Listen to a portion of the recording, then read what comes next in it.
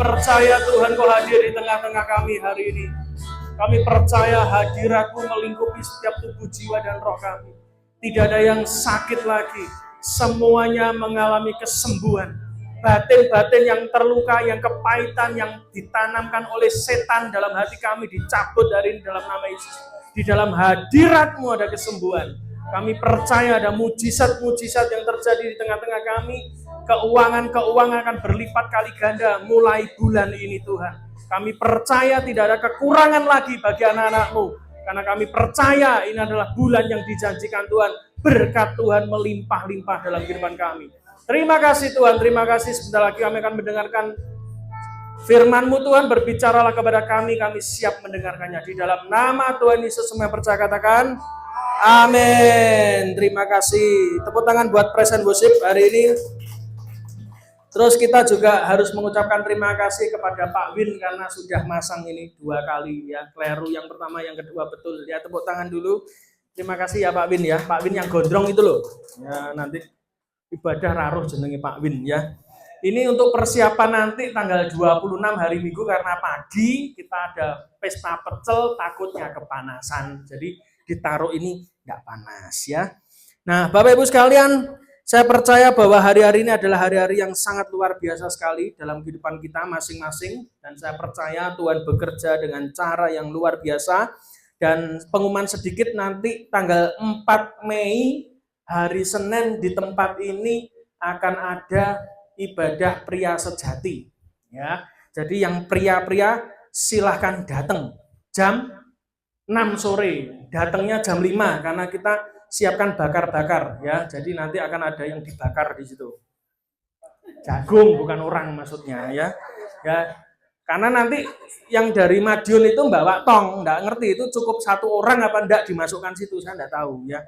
Kalau enggak cukup berarti jagung, kalau cukup ya orang gitu aja ya. Ya. Nanti ibu-ibu boleh datang ya. Boleh ya. Jadi ibu-ibu juga boleh datang tanggal 4 Mei hari Senin jam 6 sore ya. Nanti ngopi bareng, jagung bareng, nelo bareng ya. Oke, siap untuk dengar firman Tuhan hari ini, Bapak Ibu sekalian.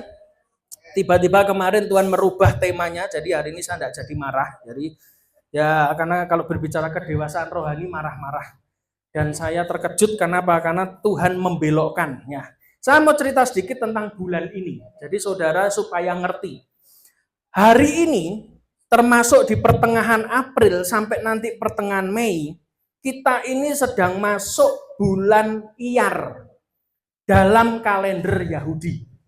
Jadi bagi kalender Yahudi kita ini masuk bulan kedua, bulan Iyar. Maknanya apa bulan Iyar ini? Ternyata setiap bulan itu ada maknanya. Nah, bulan ini yang dikatakan bulan Iyar sesuai dengan tradisi Yahudi dan juga istilahnya budaya mereka, bulan ini berbicara tentang pancaran cahaya. Yang kedua, bulan ini juga berbicara tentang keindahan. The beauty of God. Keindahan Tuhan. Tetapi yang ketiga maknanya bulan Iyar adalah bulan penyembuhan. Jadi yang sakit-sakit bulan ini harusnya sembuh. Ya. Karena ini momentum Tuhan. Secara alam spirit tadi Bu Dani sudah pimpin kita dalam doa. Tapi satu hal yang saudara tahu, kalau saudara masuk di alam roh Anda akan tahu. Portal paling banyak dari dunia gelap yang terbuka itu di Indonesia. Kok bisa Pak? Iya, karena semua kita suka hal klinik. Nah, dukun itu buka portal lupa nutup. Makanya enggak heran hari-hari ini kita lihat orang jahat lebih banyak dari orang baik. Jadi itu di alam roh, tapi nek gak mudeng ya wis ya. Nanti kita sharing yang mudeng aja, yang ngeroh-ngeroh, yang enggak ngeroh enggak usah. Ngerti nanti tambah mumet ya. Mikir utang wis mumet, mikir portal ya. Nah, Bapak Ibu sekalian, di bulan inilah sebetulnya kalau saudara baca literasi, bulan Iyar ini adalah bulan di mana bangsa Israel untuk pertama kalinya makan mana. Luar biasa ya. Untuk pertama kalinya bangsa Israel makan mana setelah keluar dari Mesir. Dia itu pas bulan ini. Dan hari ini saya baru sadar mama saya hadir lagi dan bawa mana lagi. Ya toh, nasi, ayam, sambal bawang. Masih tetap toh? Iya, mana itu. Ya toh, pas loh bulan ini. Jadi saya tidak janjian dengan beliau, biasanya kita janjiannya minggu pertama, ternyata ini minggu kedua. Ya, minggu kedua, minggu ketiga ini ya. Tak masak nih, ya sudah. Mana lagi, ya toh? Dan tepat hari ini, Bapak Ibu sekalian, ternyata kalau saudara pelajari baik-baik secara rohani, apa yang terjadi? Ketika bangsa Israel pertama kali keluar dari Mesir, di saat itulah dia menikmati yang namanya roti mana. Dan bulan ini secara profetik, saya mau deklarasi buat saudara dan saya. Bulan ini adalah bulan transisi atau perpindahan dari perbudakan kepada kelimpahan, dari kekurangan kepada penyediaan ilahi. Yang percaya katakan amin. Ingat ya, bangsa Israel sekalipun jahat, sekalipun jelek, sekalipun kurang ajar, Alkitab berkata, mana tetap turun tidak terlambat. Itulah baiknya Tuhan. Tadi saya bisik-bisik sama Pak Win. Kalau lihat kayak begini, orang Kristen kayak begini, waduh, saya malah percaya kuasa Tuhan itu luar biasa. Kenapa? Wong koyok ngene kok digawe Tuhan. Masih kalah loh kita sama yang di luar-luar itu. Ini membuktikan bahwa di dalam kelemahanku kuasamu nyata. Bener gak? Walaupun kita kayak begini, kalau kita doa kenceng ya ada mujizat. Itu bukan berarti saudara yang hebat, enggak. Tapi karena Tuhan itu yang bekerja dalam hidup saudara dan saya. Jadi bulan ini saya berdoa setiap kita terjadi transisi rohani besar-besaran, ada perubahan besar-besaran dalam hidup saudara, dan terjadi penyediaan ilahi mana turun dalam hidup kita. Tepuk tangan buat Tuhan. Oke, kita akan masuk pada firman Tuhan hari ini. Kalau saudara suka judul firman Tuhan, hari ini Tuhan bicara tentang satu gunung yang saya rodok pusing. Karena gunung ini jarang sekali saya dengar. Kita paling sering dengar Gunung Sion, paling sering. Atau gunung apa lagi? Hermon, paling sering. Gunung apa? Horeb. Ya toh, seperti hidupnya Horeb gitu ya. Tapi hari ini betul, kita akan bicara tentang sebuah gunung namanya Gunung Horeb. Katakan Gunung Horeb. Kasih tahu kanan kirimu, hidupmu jangan horeg. Loh iya, karena mirip nanti ya. Kita baca dulu Alkitab kita.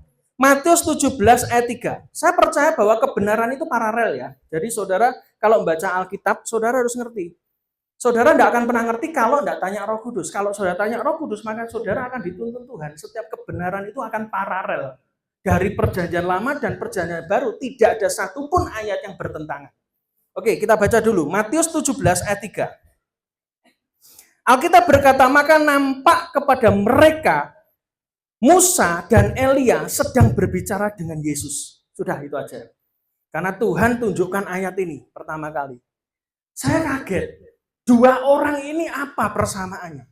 Kenapa kok Tuhan itu ketika dia berdoa bersama dengan murid-muridnya pada waktu itu, beberapa hari sebelum dia disalib, dia berdoa di situ, di gunung itu, dan dia berdoa tiba-tiba muncul dua sosok orang hebat di perjanjian lama. Yang satu Musa, yang satu Elia. Yang satu siapa? Musa, yang satu Elia. Ketika saya melihat ini, saya berpikir, oh mungkin dua orang ini sama-sama tidak pernah mati. Musa dikubur Tuhan sampai sekarang jenazahnya tidak tahu. Elia, kita tahu ceritanya, dia dijemput kereta berapi dan dia hilang. Ceritanya itu aja. Tapi kalau ngomong tentang persamaan dua orang ini, ada orang ketiga masalahnya. Namanya Henokh. Henokh itu hidup bergaul dengan Tuhan dan dia tidak ada lagi karena diangkat Tuhan. Ayo coba. Harusnya kan Henokh ikut. Tapi kenapa yang hari itu yang menampakkan diri kepada Yesus ketika dia berdoa adalah Musa dan Elia. Tiba-tiba Tuhan itu menunjukkan satu tempat namanya tadi Gunung Horeb. Dua orang ini ternyata punya sejarah yang sama. Dia pernah sampai ke tempat yang namanya Gunung Horeb. Dan nanti kalau saya uraikan kepada saudara, saudara akan tahu. Hari itu Yesus berdoa, dia minta kekuatan dari Tuhan karena sebentar lagi akan ditangkap dan disalib. Dan dia sedang menghadapi apa? Horeb. Yesus menghadapi Horebnya sendiri, Musa pernah menghadapi Horeb, Elia pernah menghadapi Horeb. Tapi sebelum kita masuk pada cerita dari dua orang ini, saya mau ceritakan sedikit arti Horeb. Horeb itu kalau saudara pelajari di Alkitab, berasal dari bahasa Ibrani yang memiliki 4 arti. Saudara catat baik-baik. Yang pertama, arti daripada Horeb adalah tandus. Tandus. Mungkin hari ini juga sama. Saudara datang di tempat ini, keuanganmu tandus. Pekerjaanmu tandus, tidak menghasilkan. Hubunganmu dengan keluarga tandus, hampir cerai. Pelayananmu juga tandus, kering semua. Mungkin ada di antara saudara ngalami itu. Dan arti yang kedua dari Horeb adalah kering. Bukankah banyak di antara kita menemukan orang Kristen kita beribadah, tapi sebetulnya kamu mengalami kekeringan rohani yang luar biasa. Tanganmu mengangkat tangan, mulutmu memuji Tuhan, ya toh, kamu bergoyang untuk Tuhan, tapi sebetulnya di dalam jiwamu kamu mengalami kekeringan rohani. Orang yang mengalami kekeringan rohani kadang tidak tampak di luar ketika di depan orang. Tetapi yang paling dalam jiwanya, sebetulnya dia mengalami kekeringan rohani. Orang yang mengalami kekeringan rohani, doa saja dia tidak tembus. Dia tidak merasakan hadirat Tuhan dalam hidupnya. Dia merasa lonely, sendirian. Orang yang kesepian seperti ini kalau dibiarkan, itu bisa menjalar pada satu aksi namanya bunuh diri. Hari-hari ini banyak orang yang desperate, putus asa, stres, mengalami kering hidupnya, jiwanya kering, dia bunuh diri. Jadi saya berdoa tidak ada di antara saudara yang mengalami kekeringan ini. Yang ketiga, arti kata Horeb adalah ditelantarkan. Mungkin hari ini kau datang tidak dipedulikan orang. Keluargamu tidak pedulikan kamu tidak dianggap, tidak dihargai, tidak pernah diapresiasi, selalu dikritik terus, dijatuhkan terus, dijelek-jelekan terus. Kita mengalami itu semua. Yang kita tidak pernah inginkan, tiba-tiba hal itu datang dalam hidup kita. Kita merasa bahwa diri kita ditelantarkan. Betul enggak? Yang keempat, arti dari Horeb itu apa? Arti dari Horeb itu adalah gurun kering. Jangan-jangan hidup kita juga ngalami di padang gurun hari-hari ini.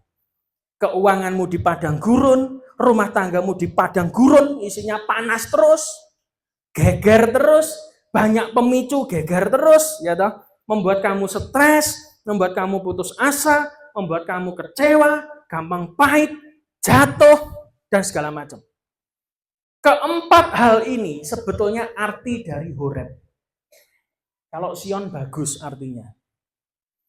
Hermon bagus. Tapi yang satu ini ternyata artinya jelek. Dan percayalah, setiap saudara dan saya, dalam hidup saudara mengikut Tuhan, pasti saudara pernah mampir di tempat yang satu ini secara rohani. Apa yang terjadi sekarang kita buka satu-satu. Apa yang terjadi ketika Musa ada di Horeb? Keluaran 3 ayat 1-2. Keluaran pasal 3 ayat 1-2. Adapun Musa, ia biasa menggembalakan kambing domba Yitro mertuanya, imam di Median. Sekali ketika ia menggiring kambing domba itu ke seberang padang gurun, kita berkata, catat baik-baik apa? Sampailah ia ke gunung Allah, yaitu gunung Horeb. Bapak Ibu sekalian, ketika Musa sedang menggembalakan kambing domba mertuanya, dia jalan menggiring kambing domba, lalu dia tiba pada satu tempat namanya Gunung Horeb. Saudara kalau lihat flashback ayat sebelumnya, apa yang terjadi dalam kehidupan Musa? Musa itu dikejar oleh Firaun. Dia ini jadi putra mahkota tanda kutip karena dia diangkat oleh putri Firaun waktu itu. Diangkat sebagai anak, lalu dididik jadi pangeran, lalu suatu ketika karena diasuh oleh ibunya sendiri yang disusupkan ke istana, mungkin ibunya mendoktrin Musa bahwa kamu itu orang Israel, kamu ini bangsa Yahudi, kita ini sedang dijajah oleh Mesir. Nah, sifat nasionalisme Musa ini muncul sejak dari muda ketika dia diasuh oleh ibunya sendiri sampai pada akhirnya dia dewasa. Ada satu kejadian yang membuat dia diburu oleh orang Mesir adalah ketika dia lihat budak orang Israel dipukuli sama pasukan Mesir. Dia bela, lalu dia bunuh pasukan Mesir, dan sejak itu berita itu nyebar, dia dikejar. Dan akibatnya adalah Yang tadinya Musa itu pada posisi on the top, semua fasilitas ada, jabatan ada, kedudukan ada, kuasa ada. Tiba-tiba sejak hari itu semuanya nol. Dia hanya menjadi pelarian dan akhirnya dia menjadi cuman gembala kambing domba mertuanya. Dan dia sampai pada Horeb. Musa sampai pada satu tempat di mana dia mengalami tandus, dia mengalami kekeringan secara kehidupan, dia juga ditelantarkan karena dibuang dari istana, dan dia hidup di gurun namanya Horeb. Komplit. Tetapi saya mau beritahu buat saudara, apa yang terjadi setelah itu? Ayat 2 coba saudara baca. Lalu malaikat Tuhan menampakkan diri kepadanya di dalam nyala api yang keluar dari semak duri. Lalu ia melihat dan tampaklah semak duri itu menyala, tapi tidak dimakan api. Saya mau beritahu, di dalam kehancuran, kekeringan, ketika engkau ditelantarkan, engkau ada di titik terendah dalam hidupmu, dengarkan ini baik-baik. Tuhan menampakkan diri kepada Musa. Tuhan itu selalu menemukan kita di tempat yang terbuang. Karena itu Tuhan berkata, aku datang tidak mencari orang benar. Aku datang mencari orang yang berdosa.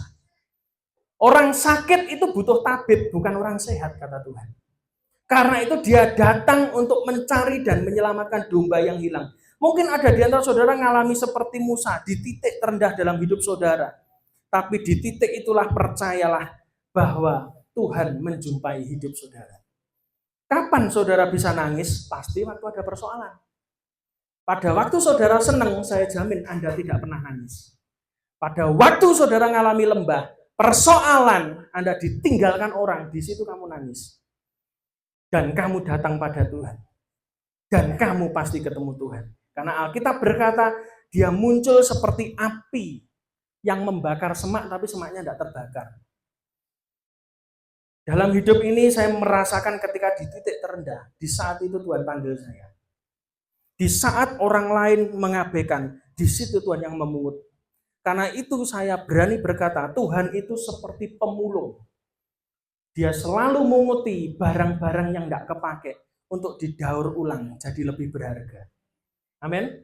Itu Tuhan kita. Dia memang pemulung. Banggalah saudara punya Tuhan sebagai pemulung. Karena memang kita ini dasarnya sampah, dosa, tidak berguna, betul tidak? Bencekno, ya sudah pelayanan ya bencekno. Itu kita. Makanya tadi saya ngomong sama Pak Win, koyok kita ini loh, kok so dipakai Tuhan ini, apa ndak kleru tuh Tuhan? Betul ndak? Loh, kita ini loh sik doyan duit, doyan utang, doyan wedoan, hidup ndak bener, ndak punya etika. Sik dipakai Tuhan tuh kita itu. Apa ndak membuktikan Tuhan tuh maha kasih, bener ndak? Loh, dari situ saya percaya Tuhan tuh maha kasih. Kenapa? Pakai kita yang ndak berguna jadi berguna. Ya Om Ter ya. Bintang film deh saya. Betul enggak? Loh, itu cara Tuhan dalam hidup kita. Mungkin ada api dalam hidup saudara, tapi percaya hidupmu enggak terbakar. Enggak ada yang bisa menghanguskan hidup saudara kalau bersama dengan Tuhan. Semak itu berbicara hidupnya Musa. Semak kering itu persis dengan kondisi hatinya Musa hari itu. Tapi ketika ada api Tuhan itu enggak menghanguskan. Api Tuhan itu membangkitkan. Dia memanggil Musa di tempat dia ada di Horeb. Yang kedua, Bapak Ibu sekalian, apa yang terjadi dengan orang kedua yang menampakkan diri kepada Yesus, yaitu Elia? Coba kita buka 1 Raja-Raja 19 ayat 9. 1 Raja-Raja 19 ayat 9 sampai 10. 1 Raja-Raja 19 ayat 9 sampai 10. Di sana masuklah ia ke dalam sebuah goa dan bermalam di situ. Ini Elia. Maka firman Tuhan datang kepadanya demikian, apakah kerjamu di sini, hai Elia? Elia itu dikejar oleh Isabel. Masih ingat ketika dia membantai seluruh Nabi Baal dalam sebuah pertarungan kesaktian waktu itu. Tiba-tiba dia mengalami drop secara rohani. Ketakutan secara, kadang mulut perempuan itu luar biasa. Bisa mengancam orang. Betul enggak? Loh, harusnya kalau perempuan sadar kuasamu di mulut, jangan nyepatani orang. Doakan orang. Ojo nyelatu wong ya Mbak Ika ya. Ojo meso. Loh, mbok pakai meso buat apa? Wong mulut yang sama mbok pakai doa aja mandi, kenapa engkau pakai meso? Bener enggak? Nah, tapuk ono lambemu jo meso hae. Betul enggak? Loh, ini gara-gara Isabel, Elia lari ketakutan loh. Dia sampai sembunyi di sebuah gua. Tiba-tiba Tuhan tanya, apa kerjamu di sini? Mungkin sama kayak kita loh. Kamu ngapain di banjir enggak ngapa-ngapain? Saya kadang kalau nganggur itu kadang Tuhan tanya, kamu ngapain? Iya, aku terlalu nganggur ya. Orang nganggur tuh Tuhan enggak suka loh. Jangan saudara pikir saudara kerja sedelut turu sakwen-wen Tuhan seneng. Males. Kasih tahu kanan kirimu, ojo leda-lede. Lho omong ngono, ojo leda-lede. Iya dah. Kerja. Kerja. Kerja Mbak Ika, ojo nganggur ya. Seneng menganggur, betul enggak? Orang itu harus kerja. Tuhan itu panggil murid-muridnya waktu kerja loh, orang waktu leda-lede loh. Apa enek? Waktu Simon Petrus nganggur? Enggak. Pada waktu dia cari ikan. Nek kowe nganggur kowe ora dipakai Tuhan wajar. Ojo nesu. Nek males gak bakal dipakai Tuhan. Katakan amin. Orang tuh harus punya kecerdasan bukan cuman rohani, tapi juga harus punya kecerdasan secara kualitas hidup. Nek cuman rohani mutok percuma. Beberapa hari lalu saya sharing dengan seorang pemimpin rohani, dia berkata apa? Aneh ya, di tempat saya itu jemaat yang hobinya pelayanan hebat, kerjanya paling males. Tak ulangi ya. Aneh ya, di tempat saya jemaat yang pelayanan di panggung tuh hebat, di tempat kerja paling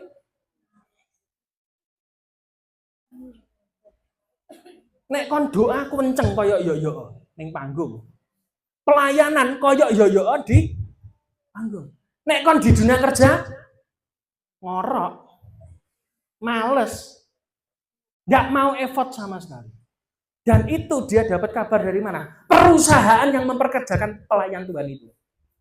Jadi sandungan lagi toh. Itu loh Pak Bin minta omong. Pengusaha hari-hari ini kenapa anti gereja? Mending mereka enggak usah ke gereja. Kenapa? Kecewa dengan orang gereja. Mikirin bantu anak Tuhan ini supaya dapat kerja. Begitu pelayanan kerja nih, males. Ayo coba, apa gak murtad nih pengusaha? Wong ning kene enek sing murtad tok wis ana. Pengusaha sugih. Gara-gara pendeta. Berikutnya. Tenang, jangan marah. Sabar ya. Aku nek nyentuh pendeta iki nesu ae. Sorry Pak Edi, bukan Pak Edi. Terus ayat 10. Jawab Elia kepada Tuhan apa? Ini loh. Orang nek males, kuwi biasane jawab terus Mbak Ika. Tuh, tenan tak buktekne nanti kapan-kapan. Wong males ditekoni, jawabnya ya kaya Elia iki lho. Jawabannya apa? Aku bekerja segiat-giatnya bagi Tuhan loh. Aku pelayanan terus.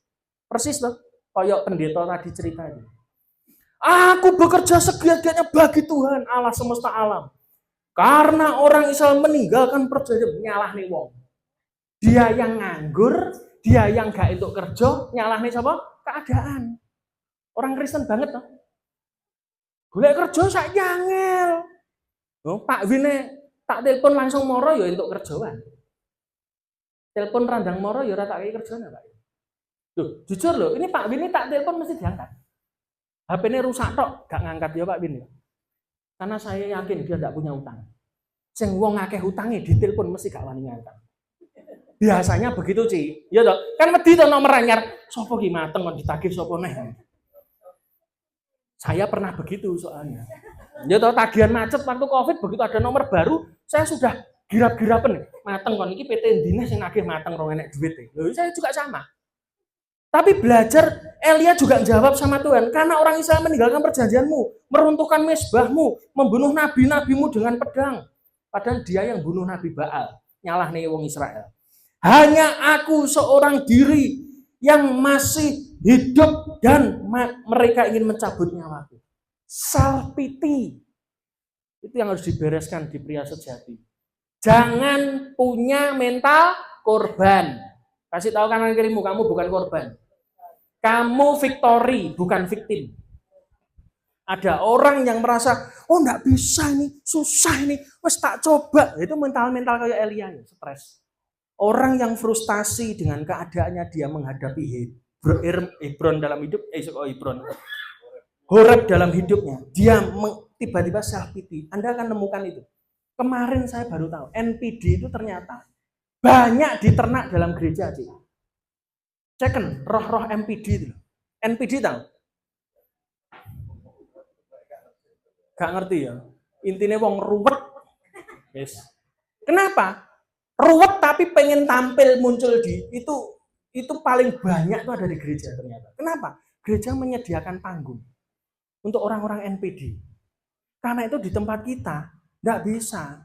Kita mentalnya murid bukan tamu. Kalau gereja mentalnya tamu, mega church itu biasanya memunculkan orang NPD.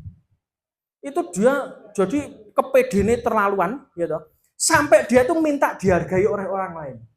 Orang itu harus menghargai dirinya, harus menyambut dia, memperlakukan dia dengan baik. Itu orang NPD itu kayak gitu.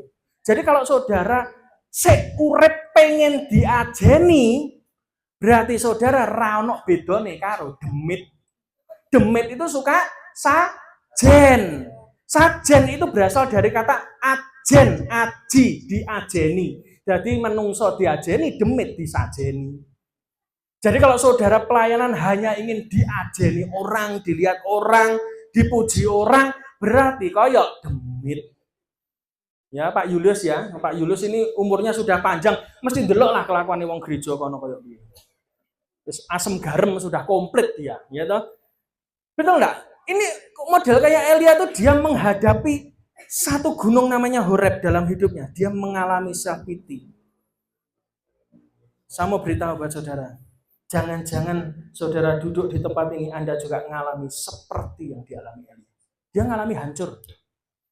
Pelayanannya hebat dalam satu hari hanya gara-gara mulut seorang perempuan. Stres. Karena itu jangan salah pilih bojo. Nek wis kadung ya wis. Betul enggak? Ya toh, nek wis kadung ya wis nasib.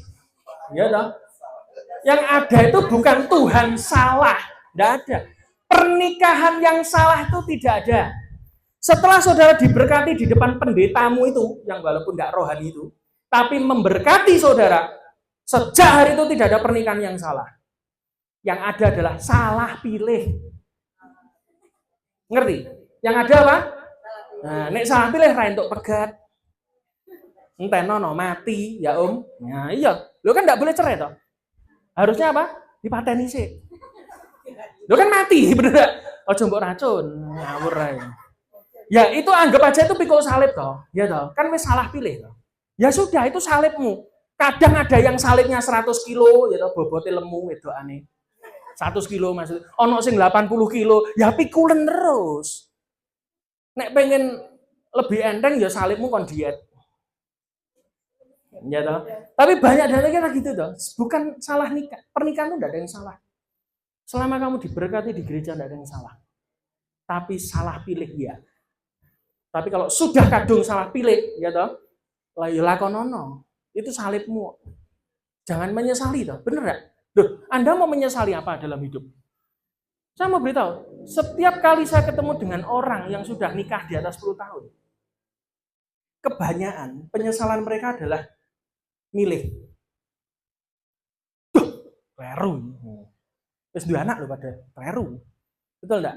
Nah, orang kayak begitu, bojomu kan masuk pria sejati Yun. Oke, besok Senin, tanggal 4, tak tunggu. Dan mari, ya toh. Ya, Pak Dar ikut ya, pria sejati. Ben nek kawin orang salah pilih. Nah, gitu loh. Karena enggak ada pernikahan yang salah, yang ada salah pilih. Hah? Loh enek wanita besok boleh datang, tak temokne sama prianya. Nah, gitu. Enak. Pokoknya sing rondo-rondo kempling silakan datang.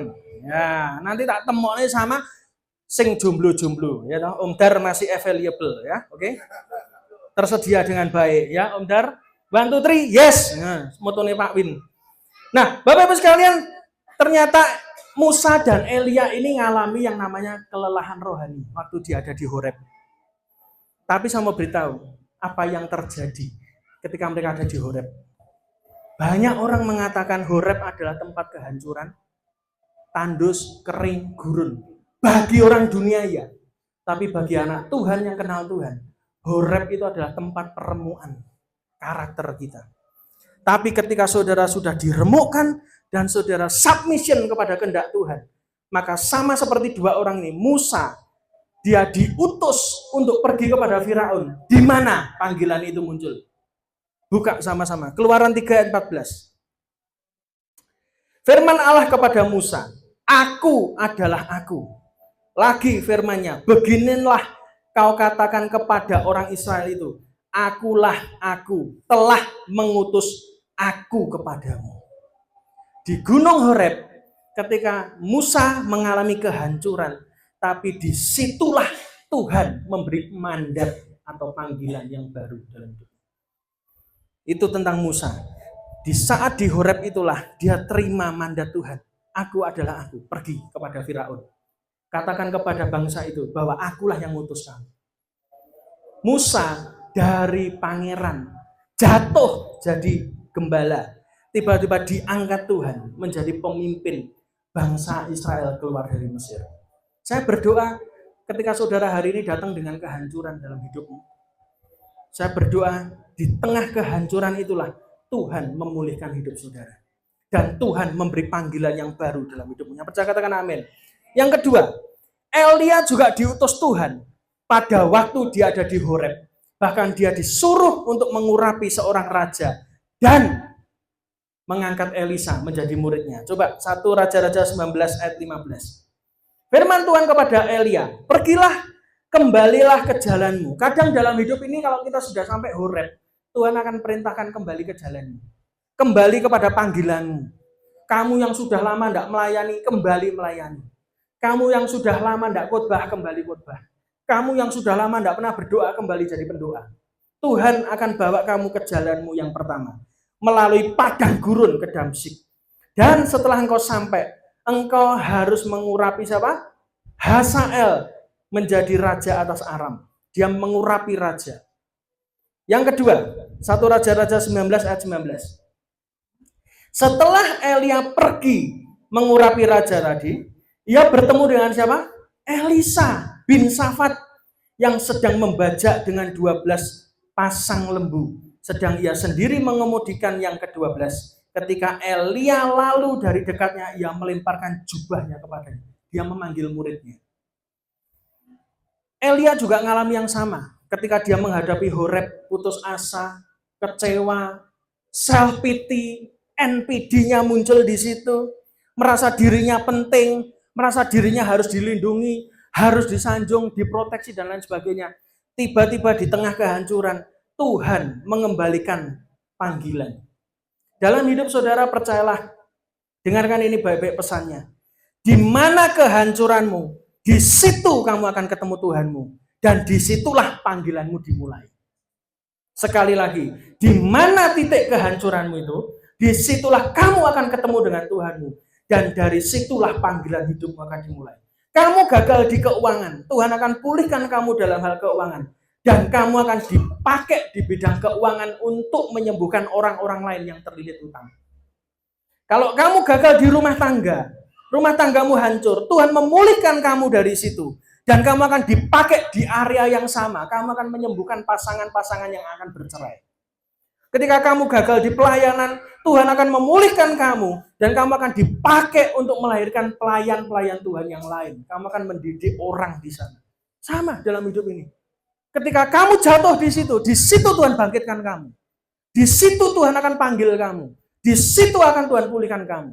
Bagi orang Kristen tidak ada kata hancur. Horeb bukan kehancuran lagi. Tapi Horeb bagi kita anak Tuhan adalah spotnya atau titiknya kita ketemu dengan Tuhan. Dan ketika kita ketemu dengan Tuhan, maka dibangkitkan ada api yang berkobar-kobar dalam diri kita.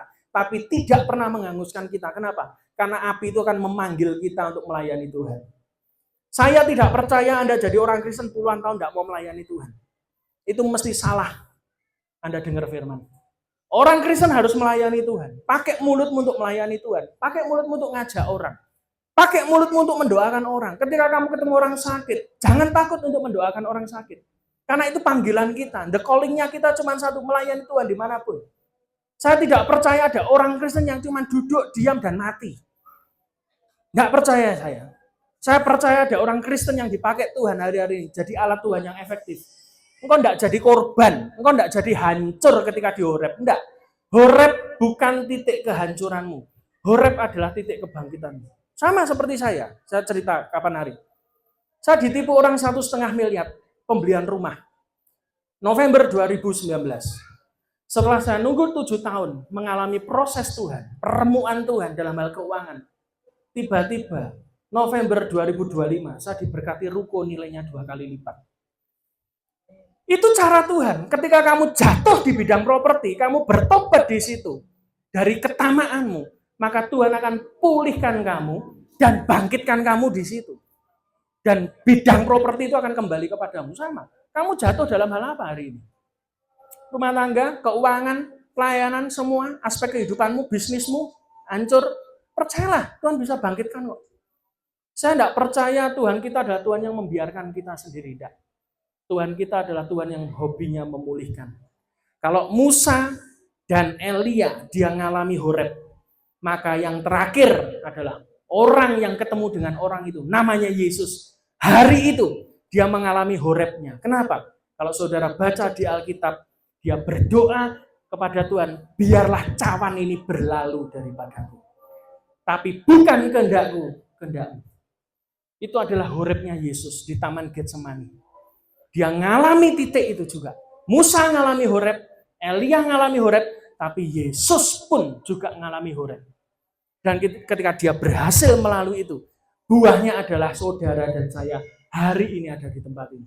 Tanpa kematiannya, tanpa kebangkitannya, dan tanpa Yesus melalui Horeb, saudara dan saya tidak akan ada di sini. Kita mungkin agamanya tidak tahu apa. Penyembah batu mungkin. Betul enggak? Loh iya no, wong kita Nusantara nyembah batu no. Tapi gara-gara ketaatan Tuhan, dia melewati Horeb dan dia bisa menang atas Horeb. Dia memilih bukan kehendakku tapi kehendak Tuhan. Dan hari itu dia menyerahkan nyawanya. Dan kita, kematiannya membangkitkan kita semua. Yang percaya katakan amin. Mari kita tutup Alkitab kita berdoa. Saya berdoa Tuhan ini, bulan ini adalah bulan kesembuhan dalam keuangan saudara. Amin. Saya tidak mengatakan kita kok kiblatnya Yahudi. Enggak. Kiblatnya kita Alkitab. Semua peristiwa di Alkitab terjadi ada masa dan waktunya. Dan bulan ini adalah bulan kesembuhan, healing bagi orang Israel. Dan saya percaya kesembuhan itu juga akan ada dalam hidup saudara. Hari ini sakit apapun, sakit dompetmu, ya toh, dompetmu diinfus, ya toh, diinfus gak sadar-sadar pisan, ya toh, cek kosong, ya toh, pekerjaanmu juga diinfus, ya toh, gak sadar, koma semua. Percayalah, kalau koma belum titik. Amin. Mari kita bangkit berdiri, musik bisa maju ke depan, singer bisa maju ke depan.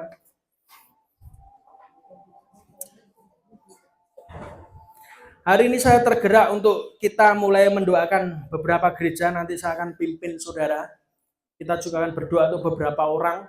Saya percaya sebuah luka itu kalau pengen sembuh, cirinya cuma satu, ketika disentuh nggak sakit. Amin. Kenapa saya bisa cerita tentang rumah tangga saya kepada saudara? Karena sudah sembuh. Perkara banting kipas itu sudah sembuh saya. Saya bisa cerita, betul nggak? Kalau saya belum sembuh, saya tidak mau cerita. Karena saya sudah sembuh, saya bisa cerita. Dan hari ini kita akan berdoa syafaat juga untuk gereja-gereja, untuk beberapa orang. Tapi sebelumnya saya minta saudara juga berdoa pada Tuhan masing-masing hari ini. Musik bisa menyembah Tuhan. Kaulah Tuhan penyembuhku.